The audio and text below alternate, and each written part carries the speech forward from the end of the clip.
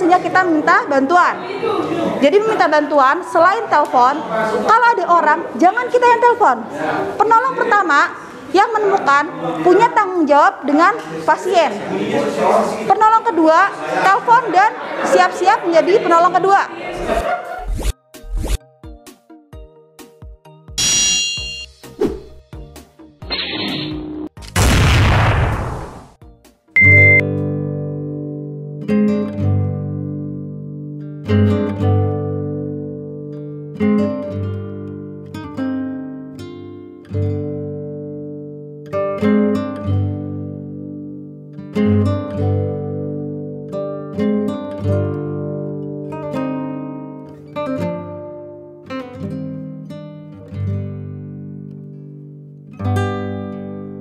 Sambutan dari Camat Kecamatan Palmerah kepada Bapak Dr. Agus Joko Mulyono, waktu dan tempat dipersilakan. Bismillahirrahmanirrahim. Assalamualaikum warahmatullahi wabarakatuh. Selamat pagi dan salam sejahtera untuk kita semua. Yang terhormat Pak Wakil Camat Palmerah, ini Pak Wakil Camat Pak Dr. Win, Pak Sekcam, Kepala Unit Pelaksana Teknis Pusat Krisis dan Kegawat Daruratan Kesehatan Daerah Provinsi DKI Jakarta. Jadi susah nyebutnya Pak. Panjang Pak, PK3D Pak. PK3D. Kalau AGD kan udah gampang ya Pak. Udah brandingnya udah meresap di hati saya dong. Ya. Karena AGD itu ada Gita di sana, tapi nggak ada Gita. Cuti, begitu giliran acara di sini cuti. Giliran ada acara cuti.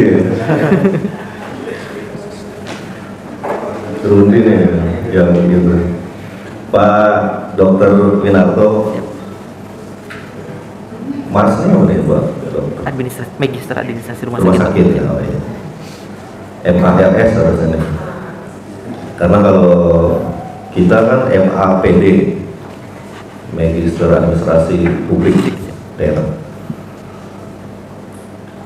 Yang terhormat Satpel Sumber Daya PK3D Provinsi DKI Jakarta, hadir juga Ibu Ida Sahrina Eskop Nurse. Keperawatan berarti Willy. Oh iya.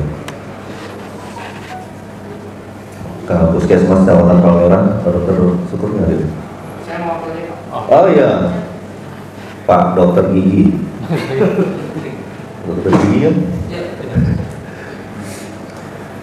Ke unit PTSW Kecamatan Palmerah, ke unit P3D Kecamatan Palmerah, para lurah diwakili Sekecamatan Palmerah, para kasih dan kasubag Sekecamatan Palmerah, Kasatgas Pol PP Kecamatan Palmerah, kami mewakili Kasatpel Perhubungan Kecamatan Palmerah, Pak Ahmad, terima kasih. Kasatpel Lingkungan Hidup Kecamatan Palmerah, saya mewakili. Oh ada seragam LH-nya soalnya memang. Nanti akan dijelaskan dari teman-teman dari PK3D Provinsi. Untuk itu saya mohon kepada rekan-rekan yang melaksanakan kegiatan ini, kita simak baik-baik. Teman-teman dari PK3D menyampaikan kira-kira apa yang diperlukan pada saat ada kegawat daruratan di bidang kesehatan semacam itu. Kalau dari puskesmas mungkin sudah hafal ya dok. Jadi buat kita-kita yang mungkin nanti baru kita terima hal-hal semacam ini, mudah-mudahan apa yang kita terima hari ini bisa menjadi ilmu dan skill ya. Kalau ini mungkin kita ingat SOP-nya, kita ingat tata caranya, urutannya, kemudian pelaksanaannya, tapi juga diperlukan mungkin kalau praktek itu perlu skill. Dan juga mungkin kalau kita lihat ada mungkin yang kalau orang tiba-tiba jatuh nggak boleh diapa-apain mungkin ya dok. kalau umpamanya kenanya di leher umpamanya gitu, itu memang harus petugas medis yang menangani ya, dan kita memang harus cepat-cepat lapor. Atau mungkin fraktur atau mungkin patah di kaki atau di paha yang mungkin pembuluh darahnya kena umpamanya gitu, harus dibebat dulu dan lain sebagainya. Nah, nanti itu akan disampaikan oleh rekan-rekan dari tim PK3D Provinsi DKI Jakarta. Mudah-mudahan ini bisa bermanfaat buat kita semua dan bisa kita ketuk tularkan ke teman-teman yang lain. Dan perlu diketahui juga Pak Dok Win bahwa ini adalah langkah awal kita kerjasama dengan PK3D memberikan pencerahan kepada kita semua pegawai dan petugas yang ada di Kecamatan Palmerah, dan ini akan terus roadshow-nya akan kita lanjutkan di tingkat kelurahan-kelurahan. Kira-kira seperti itu. Saya ucapkan selamat melaksanakan sosialisasi. Mudah-mudahan apa yang disampaikan oleh Pak Win dan tim di hari ini di Aula Kecamatan Palmerah mudah-mudahan bisa bermanfaat buat kita semua. Itu saja. Terima kasih. Kurang lebih dan mohon maaf. Bila taufiq wal hidayah. Assalamualaikum warahmatullahi wabarakatuh. Waalaikumsalam. Untuk selanjutnya yaitu sambutan dari Kepala Unit PK3D sekaligus membuka acara sosialisasi pada pagi hari ini. Kepada Dr. Winarto M. Ars, kami persilakan.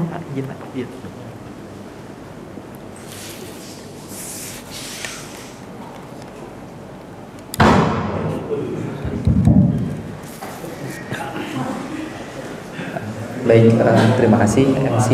Bismillahirrahmanirrahim. Assalamualaikum warahmatullahi wabarakatuh.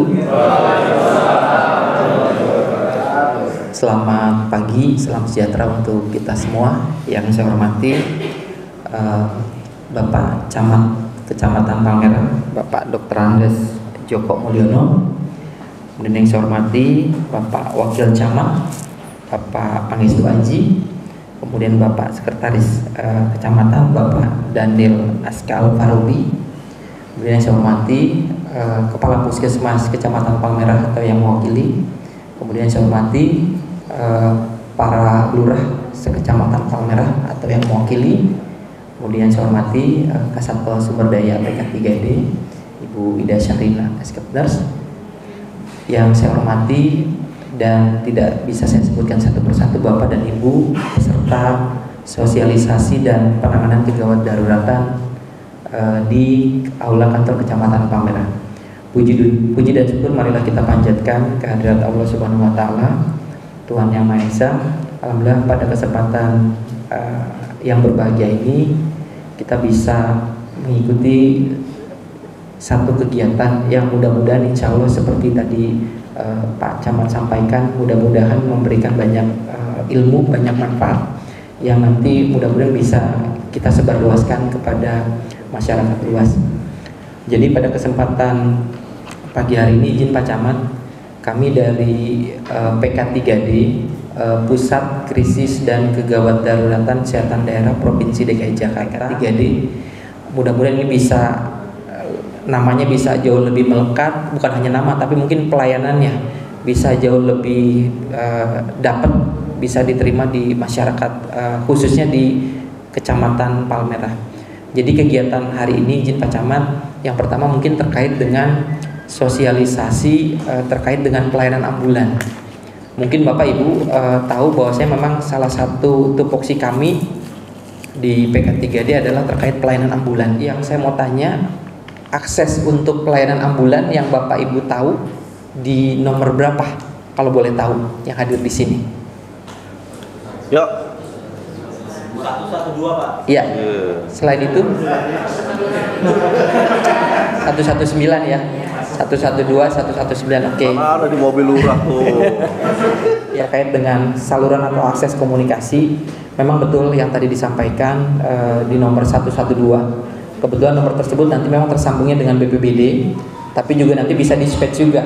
Jadi maksudnya tersambung juga nanti dengan call centernya kami di PK3D atau di AGD. Kemudian tadi nomor yang call centernya di kami memang di 119. Jadi warga masyarakat pada saat kejadian gawat darurat yang keingetnya 112 silahkan. Kalau keingetnya 119 juga silahkan akses. Nah kemudian tadi penambahan saluran berikutnya, saya yakin mungkin Bapak Ibu kalau sekarang semua pasti sudah punya handphone. Nah Pemprov DKI Jakarta kan punya namanya aplikasi Jaki. Nah aplikasi Jaki itu di situ ada satu fitur namanya Jack Ambulan. Nah Jack Ambulan ini bisa digunakan juga untuk akses. Ketika Bapak Ibu ada kondisi gawat darurat, nanti di situ ada namanya tombol darurat. Nah tombol darurat itu nanti akan tersambung dengan call center kami di 119. Sehingga nanti ketahuan titik lokasi GPS-nya di mana, misalkan di Kecamatan Palmerah, nanti petugas kami akan kontak komunikasi dengan si penelpon. Sehingga nanti bisa sesegera mungkin diluncurkan ambulan. Bisa benar-benar dimanfaatkan oleh warga masyarakat khususnya di Kecamatan Palmerah. Dan pada kesempatan pagi hari ini juga selain sosialisasi pelayanan ambulan, Bapak dan Ibu akan istilahnya kita berikan mungkin pelatihan dasar lah terkait dengan penanganan kegawat daruratan. Tadi luar biasa Pak Camat bisa memahami kondisi kalau ada pasien tersedak diapain gitu ya. Terus kemudian kalau ada serangan jantung dan lain sebagainya. Karena Pak Camat sudah sangat aware gitu ya terhadap masalah kesehatan, harusnya Bapak dan Ibu yang hadir di sini bisa jauh lebih care juga terhadap permasalahan-permasalahan kesehatan yang ada nanti di warga kita atau di masyarakat kita. Jadi hari ini Bapak dan Ibu memang akan kita istilahnya kita latih untuk bisa menjadi namanya first aid responder. Ada di beberapa kejadian, ada beberapa kasus tersedak karena nggak ngerti, banyak gitu ya, banyak orang di sekitar, tapi karena nggak ngerti mau diapain, bisa jadi pasiennya meninggal dunia. Tapi paling tidak kalau Bapak Ibu hari ini sudah bisa kita latih untuk bisa menjadi istilahnya penolong-penolong gitu ya, orang-orang yang pertama kali menemukan kejadian gawat darurat, Bapak dan Ibu bisa memberikan pertolongan lebih dini, sehingga tadi jangan sampai nanti pasiennya meninggal dunia. Seperti instruktur kami, para pengajar, insya Allah akan bisa memberikan sebuah ya ilmu pengetahuan, sebuah pencerahan terhadap permasalahan kegawat daruratan yang terjadi di masyarakat.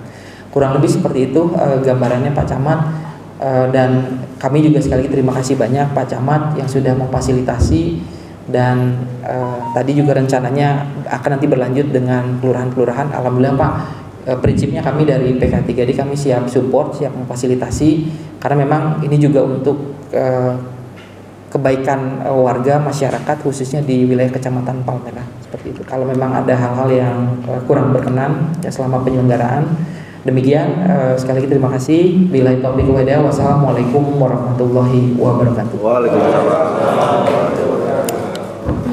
Saatnya di akhir acara yaitu penutup. Mari kita tutup acara pagi hari ini dengan bersama-sama mengucapkan Alhamdulillah. Kami sampaikan terima kasih atas kehadiran Bapak Ibu semua. Akhir kata, wabillahi taufiq wal hidayah. Wassalamualaikum warahmatullahi wabarakatuh. Waalaikumsalam. Untuk acara selanjutnya yaitu sosialisasi layanan ambulan dan penanganan gawat daruratan, kami serahkan kepada ketua tim dari PK3D kepada Bapak Anahdi. Kami silakan. Terima kasih Pak. Terima kasih. Tes. Baik, selamat pagi Bapak Ibu. Pagi. Lemes banget. Selamat pagi Bapak Ibu. Pagi. Wah, gitu. Semangat pagi, itu dong ya. Baik Bapak Ibu, tadi sudah diawali dengan materi pembuka mengenai kemana Bapak Ibu harus minta tolong, gitu ya. Nanti kita akan saat ini kita akan masuk ke materi inti. Materi intinya akan saya percepat sedikit supaya apa? Supaya Bapak Ibu nanti dapat space untuk praktek lebih banyak. Nah, kalau ngomongin materi kan pasti ngantuk ya, benar nggak? Ngantuk kan? Jadi mendingan kita nanti prakteknya lebih banyak, gitu ya. Saya langsung masuk boleh ya? Oke, sebelum mulai tadi sudah diperkenalkan ya. Nama saya Dr. Maria Lisbeth. Saya berdinas di ambulans gawat darurat dulu. Sekarang namanya berubah jadi PK3D. Nah ya, masih agak susah nyebutnya ya Bu ya. Oke, baik, langsung masuk saja ke pokok materinya. Masuk yang pertama, bantuan hidup dasar. Nah, bantuan hidup dasar. Jadi kita tahu dulu apa sih yang dimaksud dengan BHD atau bantuan hidup dasar. Sebenarnya BHD ini kita berikan pada saat keadaan darurat, pada siapa saja yang membutuhkan. Nah, basicnya sebenarnya BHD itu tanpa menggunakan peralatan.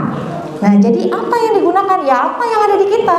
Punya tangan ya pakai tangan, punya mata ya pakai mata. Jadi sampai di situ dulu.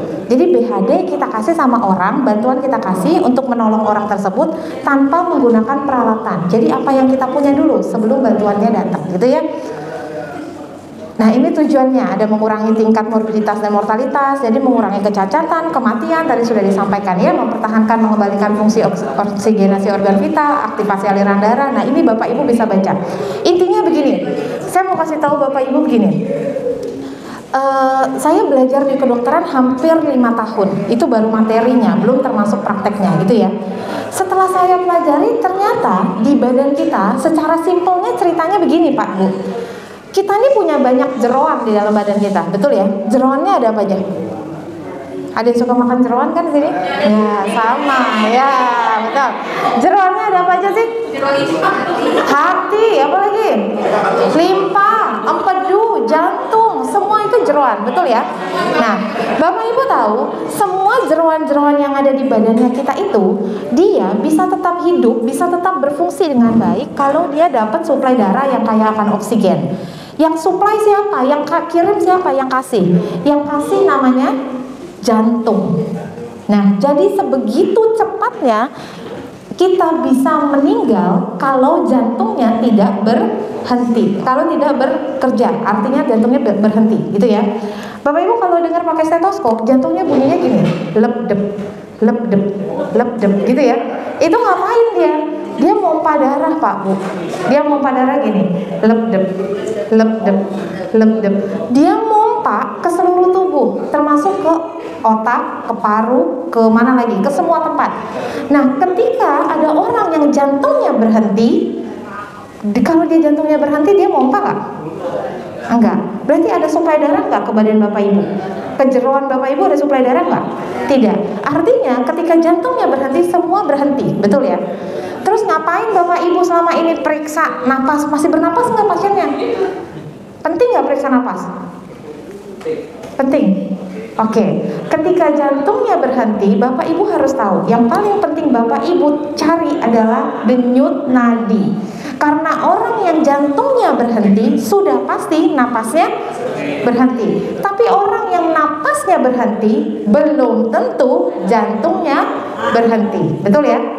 Oke, saya minta Bapak Ibu sekarang tahan napas 5 detik. Ya, kita hitung bareng-bareng ya. Kita hitung tahan napasnya 5 detik. 1, 2, 3, 4, 5. Silakan bernapas kembali. Masih hidup ya Bapak Ibu ya? Masih. Oh, masih bisa senyum ya. Oke. Sekarang saya minta Bapak Ibu untuk tahan jantungnya tidak berdenyut 2 detik aja. Oke, bisa Bapak Ibu tahan dan jantungnya tidak berdenyut? Nggak bisa. Artinya kalau jantung Bapak Ibu tidak berdenyut, maka napasnya ada nggak? Nggak ada. Jadi ketika Bapak Ibu periksa nadinya nggak ada, udah nggak usah cari napasnya lagi. Udah pasti napasnya pasien akan berhenti. Kalaupun ada napas di pasiennya, itu biasanya napas terakhir. Pernah lihat pasien serangan jantung nggak? Dia akan gini. Itu napas terakhir, namanya gasping. Langsung flat. Gitu ya. Kalau Bapak Ibu punya orang tua di rumah, punya mertua yang sudah tua, nah gitu ya. Ini kadang-kadang suka sering nih, serangan tiba-tiba. Dia biasanya gimana? Dia pegang dadanya, terus dia bilang apa? Nyeri. Terus yang paling khas apa? Bapak Ibu perhatikan napasnya. Napasnya gimana? Pendek-pendek. Kenapa begitu dia? Karena ketika dia tarik napas, itu nyeri. Jadi dia takut untuk bernapas. Dia napasnya pendek-pendek, cepat jadinya. Nah, dia pasti pegang dadanya. Itu khas sekali untuk pasien dengan mau serangan jantung, belum serangan jantung nih, baru mau serangan jantung ya. Oke, sekarang kita lihat lagi. Nanti gimana sih caranya? Nah, ini dulu indikasinya, ada kematian klinis, ada kematian biologis. Bedanya apa? Kalau kematian klinis terjadi henti napas dan henti jantung, udah pasti langsung RJP atau resusitasi jantung paru, atau orang sering bilang CPR. Bapak Ibu tahu film Baywatch nggak? Oh, ini angkatan berapa nih Bapak Ibu nih, anak milenial atau baby boomer nih? Tahu Baywatch nggak? Yang penjaga pantai zaman dulu ada filmnya Baywatch tuh, ya tahu ya? Oh, yang dilihat jangan Pamela Anderson-nya aja ya Pak ya. Baywatch ketika pasiennya drowning atau tenggelam, dia akan lakukan apa? RJP, dia pijat jantung. Ngapain sih dia sibuk banget pijat jantung begini? Tadi yang saya bilang, balik lagi, ketika jantungnya berhenti, maka semua akan berhenti. Kalau dia tekan dari atas, berarti dia bantu jantung untuk berdenyut supaya pompa darah ke seluruh tubuh. Jadi Pak, Bu, kalau ada kejadian henti jantung di rumah, Bapak Ibu jangan bilang, udah buruan bawa. Padahal itu petugas-petugas kita lagi berusaha RJP. Ini kendala yang teman-teman suka dapat di lapangan, betul ya? Masyarakat tuh pasti gini, udah gak usah ditolongin, bawa. Tapi pernahkah kita berpikir, kalau cepat dibawa tapi tidak dibantu pompa dari luar, berhenti nggak? Berhenti. Mempercepat pasien yang meninggal nggak? Mempercepat terjadi kematian biologis nggak? Mempercepat. Jadi kalau teman-teman kita di situ lagi kerja, itu bukan mengulur waktu. Kalau dia lagi laporan ke dokternya di CCA, itu bukan mengulur waktu. Dia membantu supaya syukur-syukur kalau bisa distabilkan dulu sampai ada denyutnya, walaupun masih lemah-lemah lah, yang penting ada denyutnya dulu, baru dia akan oper pakai ambulan. Ya, jadi Bapak Ibu juga gitu. Harapan saya di luar negeri sana Bapak Ibu, anak TK, mereka tahu nih RJP. Anak TK loh. Di setiap kantor seperti ini, kantor-kantor besar biasanya, dia punya namanya AED, ditaruh di pinggir-pinggir sama dengan seperti APAR modelnya. Jadi setiap satu APAR ada satu AED. AED itu apa? Itu alat kejut-kejut listrik. Tahu ya Bapak Ibu suka nonton ya? Kalau orang henti jantung dijedek gitu ya. Nah, itu alat kejut listrik. Jadi kalau Bapak Ibu suka nonton film sinetron Indonesia yang dikasih kejut jantung tapi bajunya nggak dibuka, itu namanya pembodohan publik. Ya, kenapa saya bilang begitu? Bapak Ibu tahu itu alat kejut listrik itu kalau yang di rumah sakit itu bisa sampai 360 joule. Kalau yang punya AED yang di bandara tuh, kalau Bapak Ibu lihat suka ada di bandara, itu lebih kecil. Tapi kesetrikaan Pak, Bu, kalau dia ditaruh di sini bajunya masih ada, gimana? Terus disetrum, jedet gitu, gimana? Nyetrum, jadinya apa? Jadi jas kayak setrikaan gosong, bajunya ikut nempel, malah jadi luka bakar. Nah, itu makanya pentingnya kita tahu di sini, kalau mau pakai ya dibuka dulu bajunya. Jangankan baju, bulu-bulu yang ada di dada aja harus dikerok dulu. Setiap satu AED di dalamnya udah ada gunting, udah ada kerokan, udah ada padnya. Itu gunanya untuk itu, gunting bajunya, kerok. Bapak Ibu bisa pakai nggak alat itu? Bisa. Boleh tidak? Boleh. Legal tidak? Legal. Jangan takut. Alat AED tapi alatnya yang otomatis ya. Dia ngomong sendiri. Dia sekarang tersedia dalam bahasa Inggris dan bahasa Indonesia. Udah ada bahasa Indonesianya. Belum ada dalam bahasa Jawa ya. Belum ada dalam bahasa Sunda juga. Masih dalam bahasa Indonesia. Dia ngoceh sendiri Pak, Bu. Dia ngomong start CPR atau mulai RJP. Mulai kompresi atau mulai tekan, ya udah Bapak Ibu mulai tekan. Nanti dia ngomong lagi stop CPR, ya udah Ibu selesai. Jangan sentuh pasien, ya jangan sentuh pasien. Dia lagi nganalisa irama jantungnya apa. Kita kan nggak bisa baca irama jantung kan, mesinnya bisa. Nanti kalau butuh disetrum, dia akan bilang start defibrillation. Kita jauh dari pasien, I'm clear, you clear, everybody clear. Jadi jangan ada yang dekat-dekat, baru Bapak Ibu tinggal pencet. Jadi dia yang perintah kita. Itu aman dipakai untuk orang awam seperti kita. Itu ya. Tapi kalau alatnya tidak ada, diapain? Lakukan RJP aja. Caranya gimana? Kita lihat di sini. Oke, lakukan RJP aja. Diapain? Sebelum kita masuk ke RJP ini dulu, tersedak dulu. Jadi keadaan henti jantung bisa terjadi karena sakit udah pasti ya. Nah ini yang kolesterolnya pada tinggi kan ada kolesterolnya Ya, ini saya yakin ya, saya kemarin di kantor saya coba MCU, petugas kita aja 100 orang pasti 70 orang kolesterol tinggi, hampir 70% berarti ya. Ini kalau saat ini saya periksa-periksa ini Bapak Ibu semua nih, ini mungkin kadar kolesterol setengah ruangan ini high, betul ya? Ada yang sering periksa kolesterol nggak sih? Ada nggak? Bapak Ibu ada yang sering periksa kolesterol? Jarang. Gula darah, asam urat?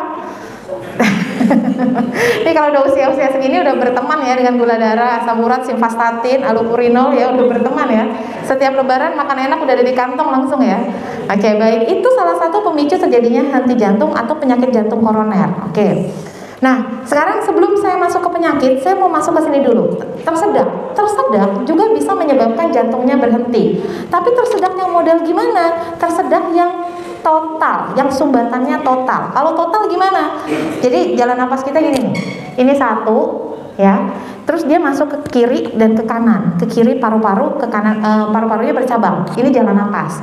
Nah, sebenarnya salurannya ini beda antara buat napas sama buat masukin makanan. Makanya orang dulu suka bilang kalau makan jangan sambil ngomong. Bener nggak?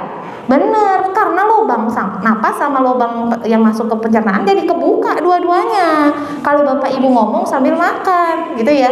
Tapi kalau Bapak Ibu makan nggak pakai ngomong, yang buat ngeluarin suara napas itu ketutup lubangnya. Jadi dia tidak ada kemungkinan masuk ke sebelahnya.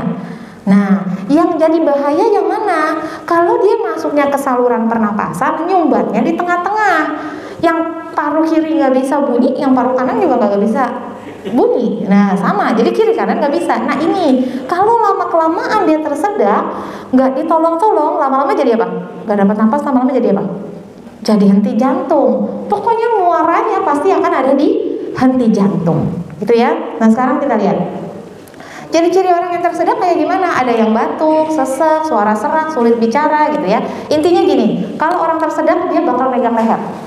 Kemudian dipanggil dia nggak bakal nyaut. Atau tidak bisa mengeluarkan suara. Bu, kenapa bu?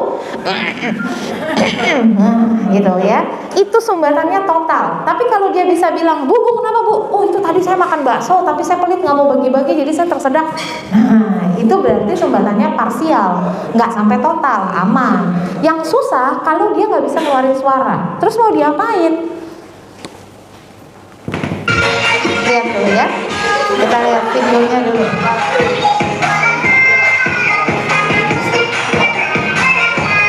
Lihat mukanya tuh. Nah, ya.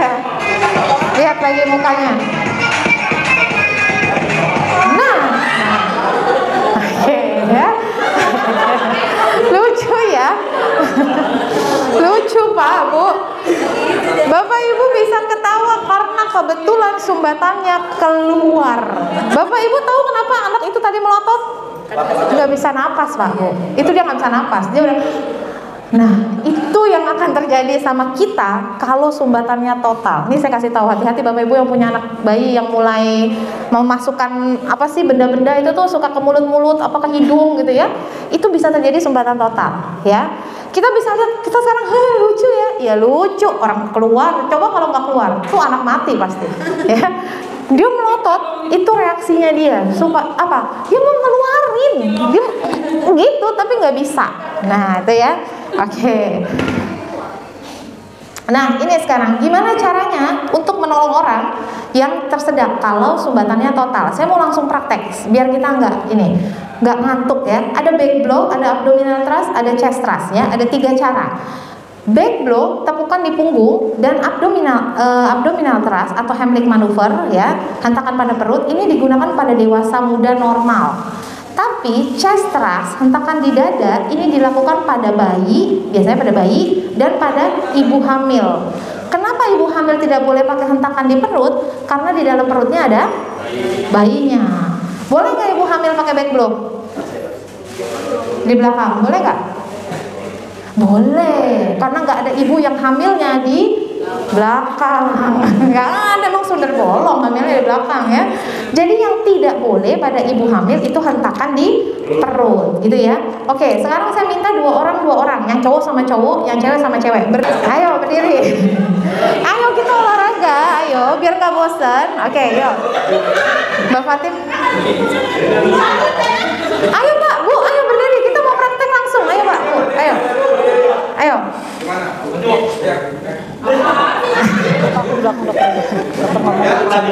Lo di depan, gue mau nyontohin. Oke, kita coba ya. Kita coba sama-sama. Ini kalau ngomongin teori nanti ngantuk Pak, Bu. Ayo silakan coba. Bapak Ibu boleh berdiri. Ayo, kita coba satu-satu. Lihat ya, depan satu orang di belakang kayak gini. Yang ada di depan silakan cekek dirinya sendiri. Yuk. Sudah? Ayo dicoba toh. Pak, Bu, ini ilmunya di-share cuma-cuma loh. Bapak Ibu silakan coba daripada nanti di rumah lupa. Oke, sekarang yang di belakang ambil posisi ke belakang pasien. Nih, ke belakang pasien, udah. Kaki pasien kita suruh agak sedikit buka. Sudah? Sudah ya? Kaki kita masukin ke antara kaki pasien. Nih. Oke, sudah? Terserah mau kaki kanan mau kaki kiri terserah. Oke. Pak, Bu, ini ada gunanya. Ini kuda-kudanya kita. Supaya apa? Supaya kalau dia lemes, ini kan lama-lama dia lemes ya, jatuh ke belakang, dia nggak nimpa kita, nggak ikutan jatuh bareng kitanya. Jadi kita bisa tahan pasiennya nih kalau lemes. Ini Mbak Fatima lemes ya. Nih. Jadi saya tahan. Kalau Bapak Ibu kakinya lurus, Mbak Fatimanya jatuh, dia akan nimpa saya. Ya. Oke ya. Sekarang kita coba ya. Saya mau coba dulu yang abdominal thrust. Katakanlah Mbak Fatima dewasa normal tidak hamil. Kita coba ya. Kaki saya masuk ke dalam. Sudah. Kemudian saya buka dulu tangannya di di kepal, terus taruh di dada, tutup sama tangan satunya, sama caranya sama, tekan, cungkil, tekan, cungkil, berapa kali? 5. Kemudian kalau belum keluar gimana? Back blow, belum keluar juga back blow, balik lagi chest thrust, belum keluar juga chest thrust, back blow, terus aja begitu, 5 kali sampai apa?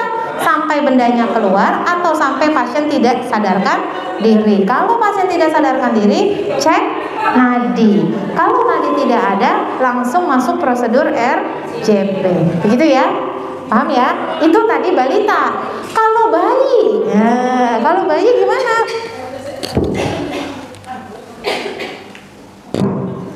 Mbak Fatin bawa boneka bayi? Enggak. Oke. Kalau bayi gimana? Ini ada contohnya nih. Nih. Kalau bayi pakai 2 atau 3 jari. Letaknya di tengah-tengah dada. Ini bayinya nih. Ini kepala bayinya. Ini badannya. Ya. Buka. Pegang begini. Gini ya. Kemudian Bapak Ibu, kalau mau nolong selalu Bapak Ibu perhatikan kuda-kuda. Jadi kalau nolong jangan jongkok gini nih. Nanti tiba-tiba dia sadar nih, bayinya berontak, jatuh barengan kitanya ya. Jadi kalau memang di bawah boleh kuda-kudanya satu kakinya taruh sini. Tapi kalau lebih aman Bapak Ibu bisa duduk di tempat duduk. Taruh bayinya begini. Posisi kepala lebih rendah daripada posisi bokongnya. Jadi begini, taruh 2-3 jari di dada, terus tekan. 1, 2, 3, 4, 5. Kalau belum keluar gimana? Pegang dagunya, balik bayinya. Posisi kepala tetap lebih rendah daripada posisi bokong. Diapain? Di back blow. Tetap di antara 2 tulang belikat, kepuk. 1, 2, 3, 4, 5. Belum keluar juga bendanya, apain? Balik lagi. Lakukan lagi chest thrust. Terus saja begitu, sama prosedurnya sampai dengan bendanya keluar atau sampai bayi tidak sadarkan diri. Gitu ya. Oke. Ada lagi yang mau ditanyakan sampai sini? Oke.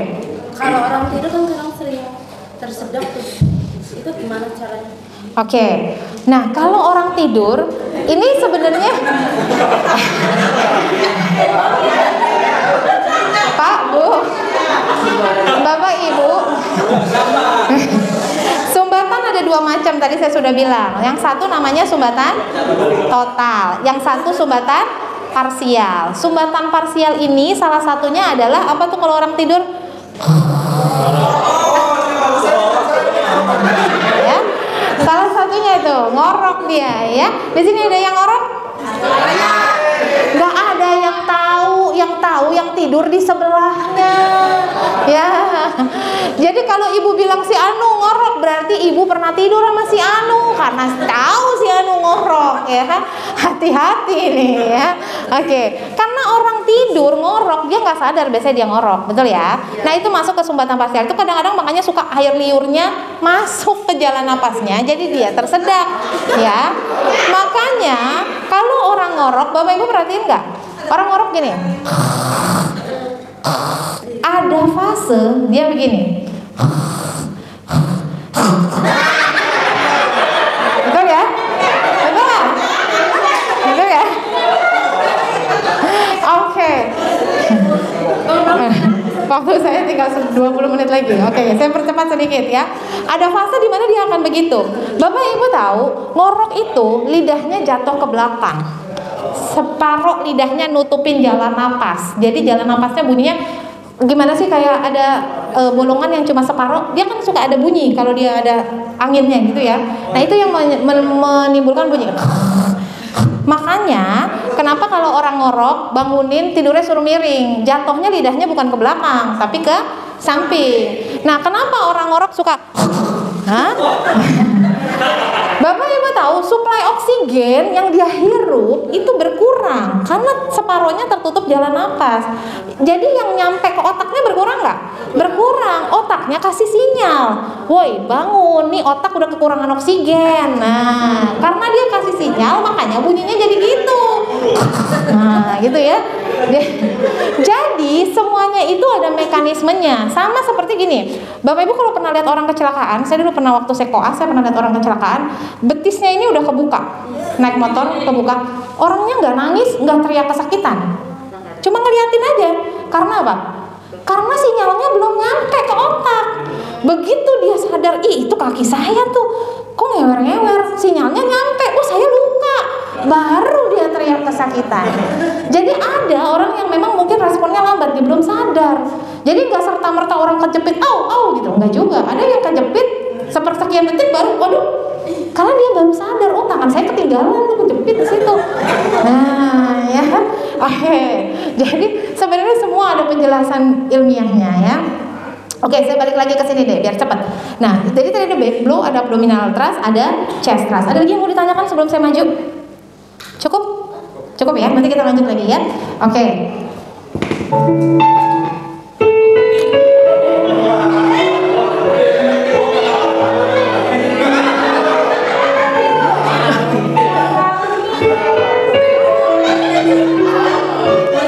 Ya, jangan lama-lama lah ya. Saya bukan mau ngasih tahu, monyet aja tahu gitu ya. Bukan ya. Artinya itu sebenarnya naluri yang dipelajari yang paling dasar supaya kita bertahan hidup. Kenapa? Karena binatang aja bisa. Berarti kita harus tahu ya, kita harus belajar, oke? Nah, ini RJP. Tadi saya sudah bicara mengenai RJP. Jadi ketika dia tersedak, total lama-lama tidak sadarkan diri, maka langsung lakukan CPR atau RJP. RJP adalah serangkaian tindakan memberikan nafas buatan dan pijatan jantung. Jadi kasih nafas, kasih pijatan jantung luar, gitu ya. Nah, dia modelnya seperti ini. Ini kalau Bapak Ibu lihat, tangannya dia dimasukin ke jari-jari supaya nggak melesat gitu ya. Inilah yang dilakukan teman-teman kita di ambulan ya. Mereka orang-orang terlatih. Kalau dia salah ngelakuinnya, Ibu lapor ke PK3D ya. Jangan sampai mereka salah ya. Oke, ini tahapan melakukan RJP pada dewasa. Nah, ini tahapannya. Yang pertama, pokoknya apapun tindakan kita paling awal harus 3A. Aman diri, aman lingkungan, aman pasien ya. Jadi jangan mentang-mentang, oh saya sudah belajar kemarin diajarin Dokter Lisbeth, tiba-tiba ada orang henti jantung di tengah jalan main tolong aja, besoknya ada mobil dari sini ceder. Nah, jadi korbannya malah nambah jadi 2. Atau Bapak Ibu lagi hamil, atau Bapak Ibu punya penyakit saraf kejepit di belakang, mau RJP. Nah, bisa nggak? Boleh nggak? Nggak bisa Bapak Ibu. Kenapa? Nanti Bapak Ibu jadi sakit, abis itu dua-duanya pingsan. Kita pernah ada kejadian begitu di dinas kesehatan lagi. Pasien henti jantung di dinas kesehatan. Kantor kita tuh pas di belakang dinas. Pasien henti jantung di depan, di kantor depan dinas kesehatan. Terus kita dipanggil, code blue, dipanggil ke belakang. Kan kita butuh proses dong. Yang sini teriak code blue, dari sini teriak code blue ke belakang. Siapin ambulan, otaknya masih berproses nih. Masih oke, ambulans berarti bawa ini masih berproses nih otaknya. Nah, petugas petugas kita datang. Ternyata si pasien sudah ditolong. Nah, karena dia di dinas kesehatan, isinya kan dokter dan perawat banyak kan. Sudah ditolong nih sama perawatnya. Tapi karena jiwa menolongnya dia besar, dia lupa dia punya sakit jantung. Nah, kita kan butuh waktu nih. Berarti sekitar ada dia melakukan RGP sekitar 5 menit, kurang lah 2 menit lah dia. Dia udah begini, Bapak Ibu jangan kira ringan ya, nanti kita coba dimanekin ya. Begitu Bapak Ibu lakukan penekanan 30, itu lama-lama nah, itu ngos-ngosan. Padahal yang Bapak Ibu gunakan untuk menekan itu berat badan kita. Jadi bukan kekuatan bicepsnya, bukan kekuatan tangannya, bukan kekuatan kita, bukan, tapi berat badan kita yang harus menimpa ke pasien supaya bisa panjang. Nah, waktu itu kejadiannya kita datang, si bapak yang menolong, perawat yang menolong udah begini, udah pegang dada, keringat udah segede-gede jagung, napas udah pendek-pendek.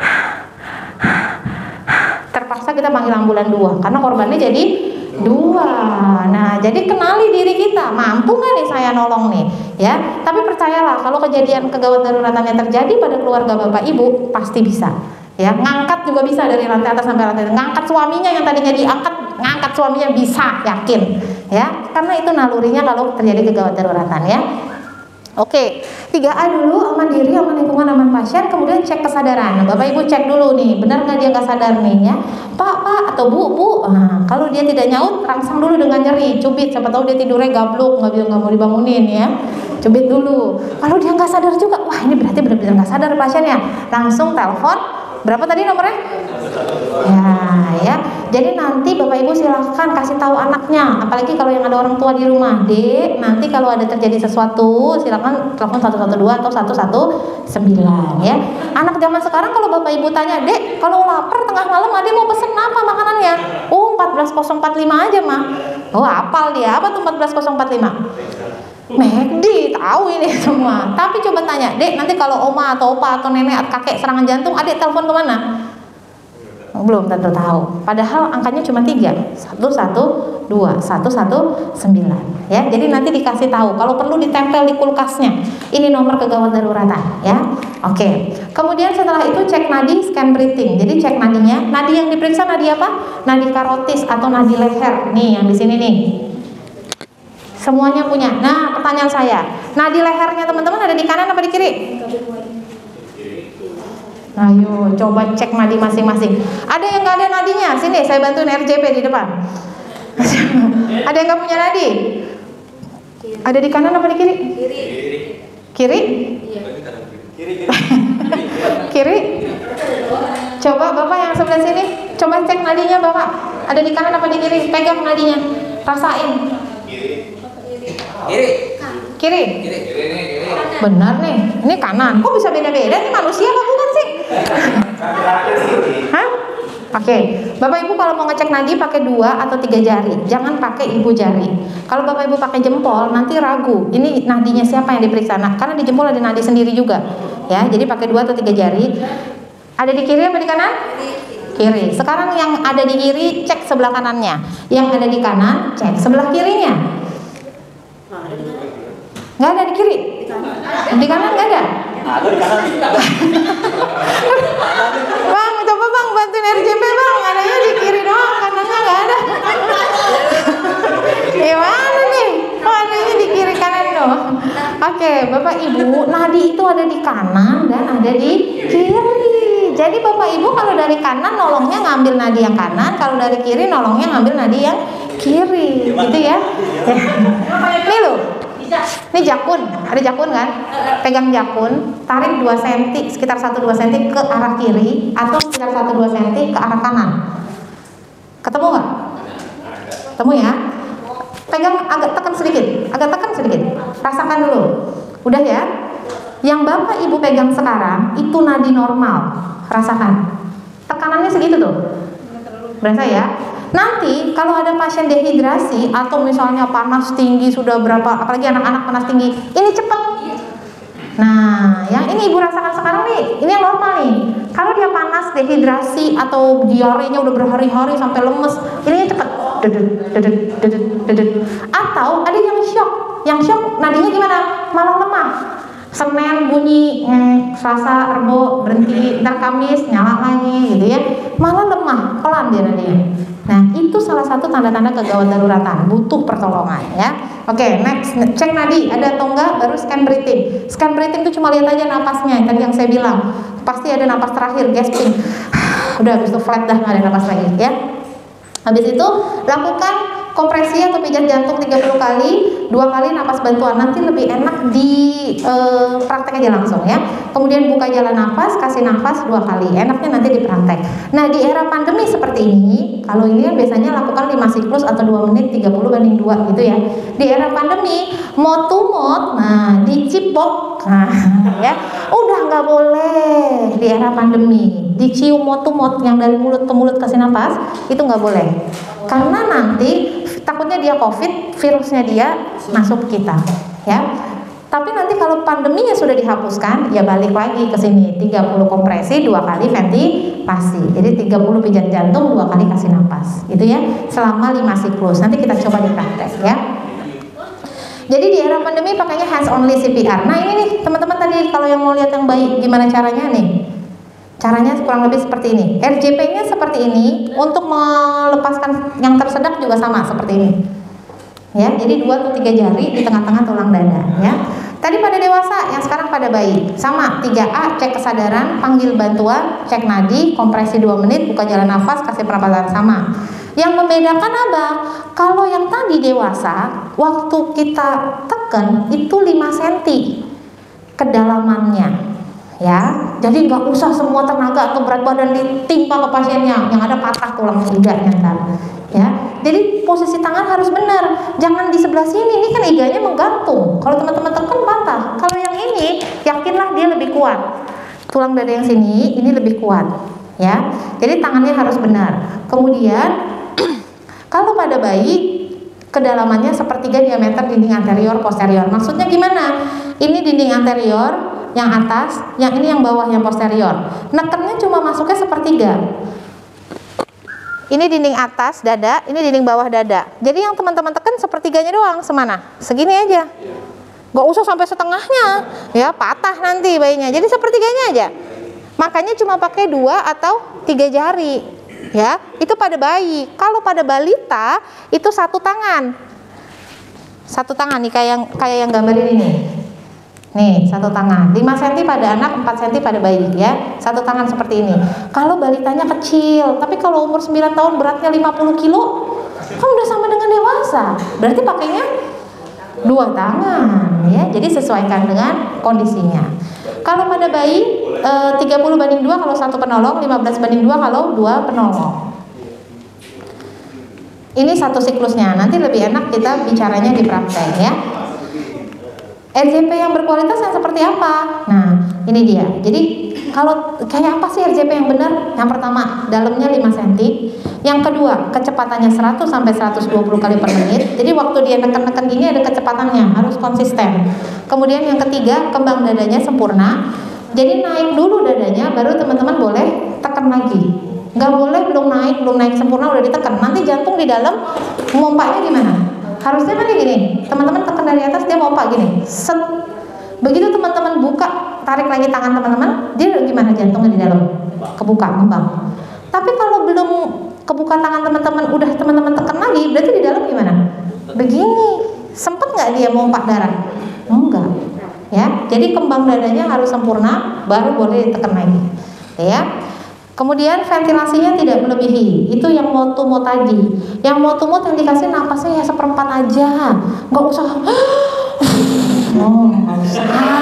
Ya, nggak usah semuanya. Kalau pada bayi ngasih napasnya cuma yang dari mulut. Nggak usah yang dari perut. Jadi tiup hanya yang dari mulut.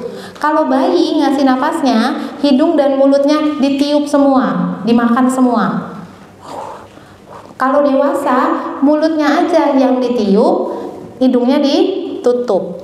Ya, jadi jangan mulutnya ditiup, hidungnya nggak ditutup, dimasukin napas dari sini, ntar keluar dari sana, percuma. Ya, itu pada dewasa. Kalau pada bayi, hidung dan mulut semuanya dimakan, terus ditiup. Nah, ya, ditiup, bukan ditiup kayak kita niup Bukan, tapi dimakan, mulutnya ditutup semua, baru tiup. Gitu ya, hanya yang dari pipi, yang hanya dari mulut. Oke, itu tadi ventilasinya. Jadi jangan berlebihan kasih ventilasinya. Terus minimal interupsi. Nggak boleh sambil RJP 1, 2, 3. Kemarin Reno Barak sama Sarini pergi kemana tuh? 4, 5 lanjut lagi, nggak boleh. Ya, nggak boleh. Menurut penelitian, orang kalau meninggal biasanya yang terakhir mati itu adalah indera pendengaran. Ya, makanya kenapa kadang-kadang orang koma kalau diajak ngomong masih bisa air matanya keluar, walaupun otaknya semuanya udah nggak bisa bekerja nih, tapi dia kadang-kadang masih bisa mendengar, tuh ya. Jadi itu. Jadi nggak usah ngomongin ini si ibu kasihan ya, dia henti jantung nih, stres ngeliatin suaminya selingkuh ketahuan. Nah, siapa tahu pasien itu ternyata masih setengah-setengah denger gitu ya, ntar dia bangun dia ini. Ya, oke. Nah, ini sekarang setelahnya, setelah sudah sadar pasiennya, lakukan posisi miring mantap. Seperti ini dia posisi miring mantap nih, kayak meluk guling. Ini supaya apa? Supaya cairan, kalau misalnya pasien tadi tenggelam, ada cairan, ada benda-benda asing bisa keluar. Karena kalau pasien tenggelam, Bapak Ibu RJP udah sadar terus nggak dimiringin, airnya keluar gimana? Masuk lagi dia ke dalam kalau nggak dimiringin, ya kan? Dia tersendak jadinya ya. Oke, ini posisi miring mantap pada bayi. Tuh, kepalanya lebih rendah daripada bokong ya. Kalau susah model begini, bolehlah kayak ibu-ibu zaman dulu yang suka pok-pok bayinya kalau habis minum susu. Nah, ya boleh kayak gitu. Intinya supaya cairan tidak cairan atau benda asing nggak masuk lagi ya, jadi tidak menyebabkan tersedak. Tidak bekerja dengan baik kan? Berarti tidak ada nadi sama tidak ada nafas karena jantung dan parunya tidak bekerja dengan baik. Tadi kan kalau untuk tersedak sudah praktek semuanya ya. Kita langsung aja ke RJP. Tadi cara-caranya pas kebetulan ada di layar. Yang pertama sering banget lupa nih, sering banget kelewat adalah 3A. Ini nggak boleh nego, udah paten, harus urutannya seperti itu. Yang pertama apa aja? Aman? Aman diri dulu. Jangan aman pasien, pokoknya diri kita aman dulu. Caranya gimana kalau aman diri? Pakai APD. Di sini kan nggak mungkin ada sarung tangan medis ya. Kalaupun ada minta sama pos. Tapi kalau misalkan lagi di rumah makan, lagi di mall atau di rumah, boleh nggak pakai sarung tangan yang buat makan tuh, yang bening? Boleh. Boleh nggak pakai sarung tangan yang buat bersihin toilet, walaupun udah bersih atau yang baru? Boleh nggak? Boleh. Yang penting aman diri. Oke? Setelah aman diri, Bapak kelompok sini. Boleh sini aja Pak. Setelah aman diri, yang kedua aman lingkungan, aman lingkungan. Ini kan sudah aman diri ya, kita bertiga sudah aman diri, sudah pakai APD. Selanjutnya aman lingkungan. Maksudnya aman lingkungan itu apa? Nah, tidak ada mobil kalau pasiennya di pinggir jalan. Lihat dulu nih pasiennya, kalau posisi aman. RJP dilakukan di tempat yang datar dan keras. Jadi kalau misalkan amit-amit kejadiannya di rumah, entah itu tetangga atau siapapun, spring bednya yang mahal, king coil, turunin dulu. Karena saat kita akan memompa, itu kan sangat empuk ya, jadi kurang maksimal. Jadi di tempat yang keras dan datar, ya keras dan datar. Jadi kalau di tangga, di pinggir jalan yang tidak stabil itu kita cari tempatnya. Yang ketiga itu aman apa? Baru aman pasien. Ingat, aman diri yang pertama, aman pasien yang terakhir. Jangan sampai pertolongan pertama pada kecelakaan menyebabkan kecelakaan pada pertolongan pertama, baik untuk penolong ataupun untuk pasien. Yang terakhir aman pasien ini maksudnya gimana sih? Misalkan kejadiannya di pinggir jalan, sudah disingkirkan nih, pasiennya sudah diangkat ke trotoar, langsung saking semangatnya di RJP, pasiennya alhamdulillahnya sadar, tahu-tahu bangun-bangun ada motif kerikil di punggungnya, ya harus ya aman pasien. Jadi pastiin di bawah pasien itu aman, ya. Sudah 3A, step pertama sudah terlewati. Step kedua, cek kesadaran. Cek kesadaran caranya gimana? Silakan Kak. Ditepuk-tepuk bahunya, bahu pasien dan dipanggil. Pak, Bu. Tergantung jenis kelamin. Jangan Pak, Bu. Bingung nanti ya. Pak. Kalau perempuan Bu. Jangan Pak, Bu gitu. Ini untuk mengetahui pasiennya tertidur terlalu lelap atau memang tidak sadar. Yang kedua, cek kesadaran. Yang ketiga apa? Panggil bantuan. 3A, cek kesadaran. Selanjutnya panggil bantuan. Teleponnya kemana? 112. 112 atau 119. Jadi prinsipnya kalau misalkan membutuhkan lintas sektor boleh teleponnya ke 112. Tapi kalau hanya membutuhkan ambulans atau kegawat daruratan medis bisa ke 119 atau jaki melalui jak ambulans ya. Tapi kita kan nggak mungkin mau capek sendiri ya. Panggil bantuan bukan berarti kita yang telepon. Kalau misalkan ada di kantor atau di tempat yang lain, kita panggil bantuan yang lain. Pak Rizal, tolong bantu saya. Ada pasien yang tidak sadar, tolong panggilkan ambulans ke 119. Instruksi harus jelas. Ada pasien yang tidak sadar, minta ambulans ke 119. Jangan sampai Pak Rizal bantu saya. Pak Rizalnya panik, malah jadi netizen. Cuma videokan ya. Instruksi harus jelas. Setelah Pak Rizal telepon, sudah terhubung, Pak Rizal menjadi bertanggung jawab penolong kedua. Jadi kalau penolong pertama kan saya yang menemukan. Kelelahan, Pak Rizal harus berganti dengan saya. Itulah fungsinya kita minta bantuan. Jadi meminta bantuan selain telepon, kalau ada orang jangan kita yang telepon.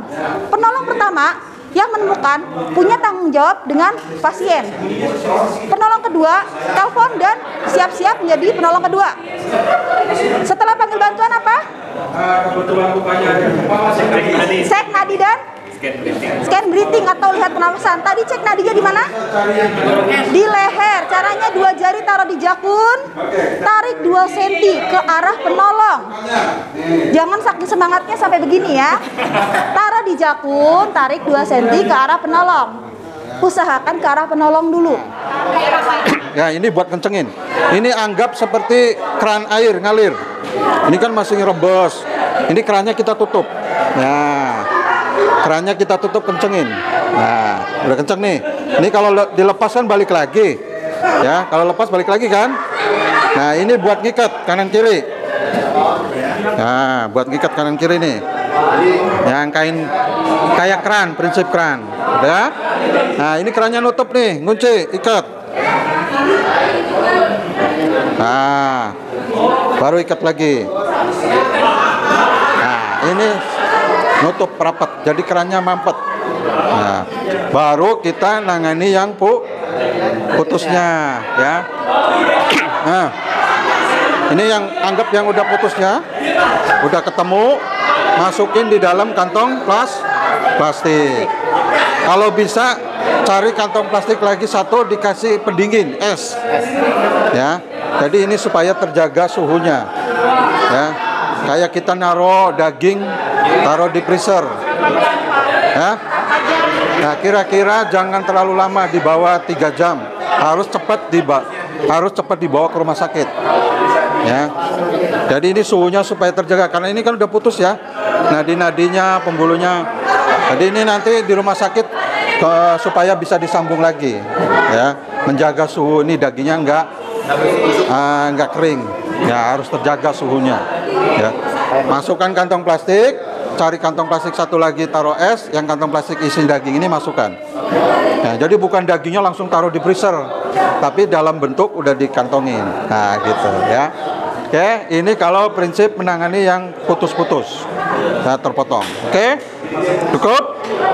Ya, selanjutnya apa, Pak Mul? Habis ini. Bidai, oke. Oh, amsling, oke. Amsling. Terakhir amsling sama bidai. Amsling, oke. Siapin amsling. Nah, amsling ini ya. Amsling apa ini aja? Gendong-gendong. Oke, sekarang kita pakai kain segitiga ini. Silakan berdiri. Silakan berdiri. Ya, satu tetap ada yang jadi korban, satu ada yang jadi penolong. Ini kita pakai bisa pakai apa? Kalau nggak ada ini di rumah pakai apa? Gantinya kerudung, jilbab, taplak meja, ya. Nah, ini biasanya gunanya buat apa nih? Kain-kain segitiga nih biasanya buat gendongan atau buat ngikat, dan bisa juga buat ngikat, ya. Atau kalau kerudungnya belum kering bisa dipakai buat jadi kerudung, ya. Ya, oke. Ini biasanya dipakai buat gendong kalau ada tangannya yang patah. Ya, misalnya nih patah nih, kan nggak pasti diistirahatkan. Caranya, nah, ini udah yang bentuk segitiga. Ini puncaknya, ya, puncaknya ya. Ini yang runcing, puncaknya, ya. Nah, dibuka. Ini puncaknya ya, yang sebelah sini. Ini puncaknya mana? Ini. Nah, letakkan di siku yang mau digendong. Ini misalnya yang patah nih. Puncaknya letakkan di siku, arahnya, posisinya. Ya. Oke. Nah, ini siku. Nah, ini yang dasarnya dari atas ke bawah. Dari depan. Nah, ya gitu. Tangannya yang mau digendong masukkan di depan. Nah, gitu. Udah? Ya, itu ke sebelah sini. Yang dasarnya. Nah, ya nggak apa-apa. Oke. Nah, baru yang bawah ini sampirkan ke sebelahnya. Tuh. Ini biarin aja, ini biarin dulu. Baru yang belakang nih satukan. Ya, ikat. Ya, ikat. Satukan, ikatnya jangan persis di belakang leher. Ya, karena di sini tuh banyak saraf-saraf. Jadi jangan sampai bundelan ini nanti menekan sarafnya kalau kita tiduran. Ya, jadi diikat di samping sini atau sebelah sini ikatannya. Ya, tuh ikatannya. Ya, ini kan ada bundelan, jangan sampai menekan leher sini. Karena di sini ada saraf-saraf. Ya, oke. Nah, ini udah digendong. Nah, ini yang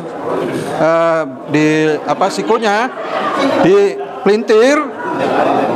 Nah, pelintir, putar, masukkan ke bagian belakang dalam. Nah, jadi rapi. Tuh ya. Jadi ini gantinya arm sling kalau misalnya ada. Nah, ya. Kalau nggak ada begini, ya. Misalnya ini udah lama nih di rumah, ya. Udah sebulan pengen jalan-jalan, pengen ke mall, nggak ada mobil, adanya ojek, jalannya becek, banyak lubang, supaya pada saat naik ojek becek, ya. Nah, kita amankan dengan kain panjangnya ini supaya nggak goncang-goncang. Nah, ikat sini. Nah, ikatnya di sebelah tangan yang nggak digendong. Nah, oke. Tali simpul aja. Nah, jadi kencang. Nah, jadi pada saat dia dipesenin dipesenin Gojek, dia aman. Nah. Oke. Nah, ini kalau memakai dua alat ini ya, kalau dipakai buat ini. Sebenarnya banyak untuk apa aja, tapi waktunya nggak cukup kita praktekkan semua. Ya. Selanjutnya, Oke. Nah, sorry.